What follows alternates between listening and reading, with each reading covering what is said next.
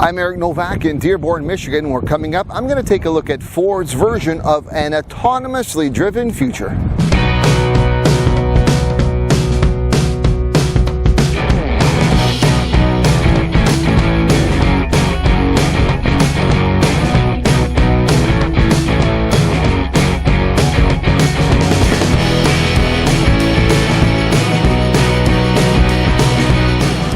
You know, back when I was a kid, I could remember looking at science fiction shows talking about how vehicles of the future would be driven by themselves. They were autonomous, and that science fiction nowadays in 2016 is no longer so far off.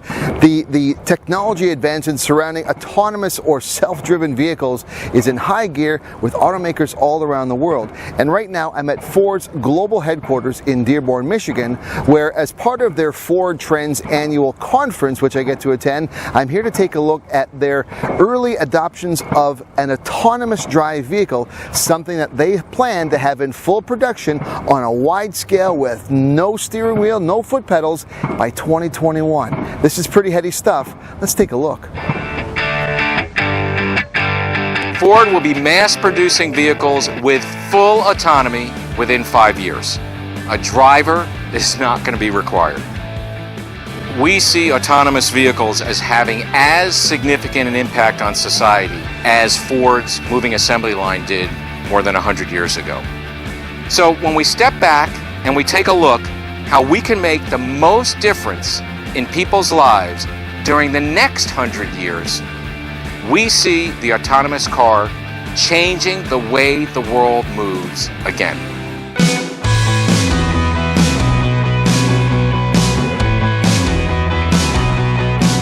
The Autonomous Drive program is an effort that's been going on for over a decade, started in the DARPA Grand Challenges. Today what we're showing is an autonomous automated vehicle on-demand ride shuttle service that we're going to be debuting with our employees in 2018, leading up to a mass production program of an autonomous vehicle in 2021. The autonomous vehicle ride that we're demonstrating today is a shuttle ride around campus. So we're taking people through a number of different scenarios that autonomous vehicles in urban settings need to handle. Things like four-way intersections where you need to negotiate with the other vehicles who goes first, pedestrian interactions at crosswalks, both ones that are signalized like with flashers and ones that are not, as well as things like traffic signals where we're doing a left turn across traffic and where we have to judge gaps. And you know, whether we have to pick a gap that we want to go through that's clear, and we got to make sure pedestrians are out of crosswalks. So a lot of negotiation with pedestrians and vehicles on this route, and they're all naturalistic because these are public roads. The people coming and going are just public citizens walking around in their daily business. So all the interactions that we're showing today are very naturalistic ones that we would expect to have to handle in an autonomous shuttle when we do that.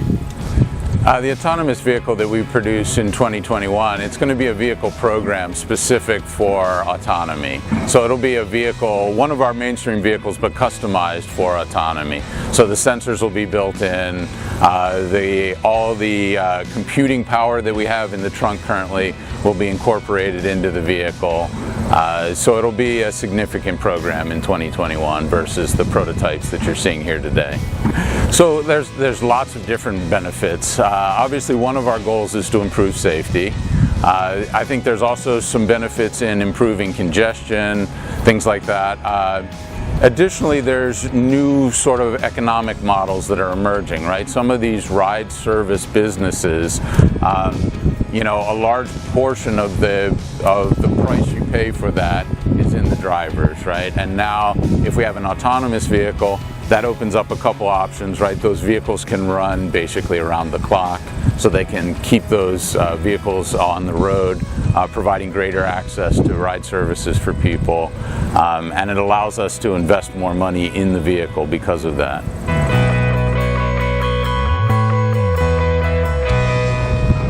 You know, honestly, I think one of the most challenging things to get used to with this whole autonomous future is the fact that it is autonomous. We were only passengers in the second row in this early adaptation and the demonstration that we were able to see, but it was still a little bit surreal to know that the engineer in front of me, behind the driving, where the driver would be, was not controlling either the gas pedal or touching the wheel. It's a little bit scary for some people, and I gotta admit, there's a lot of an acceptance curve as much as of a technological curve that still has to happen. But having said that, there seems to be a tremendous upside to the potential of autonomous driving, and there really is no stopping it. Ford's fully committed to it, and so are others. So I guess it's really only a case of time will tell how fast we'll be on the road with autonomous vehicles, and my guess it's probably sooner than we ever thought. From Dearborn, Michigan, for EnviroDad.com, I'm Eric Novak. Thanks for watching. If you like this review, we've got more of them, both written and video, at www.envirodad.com. There's also a Facebook page for you to like, and you know what? We're even doing Twitter as well.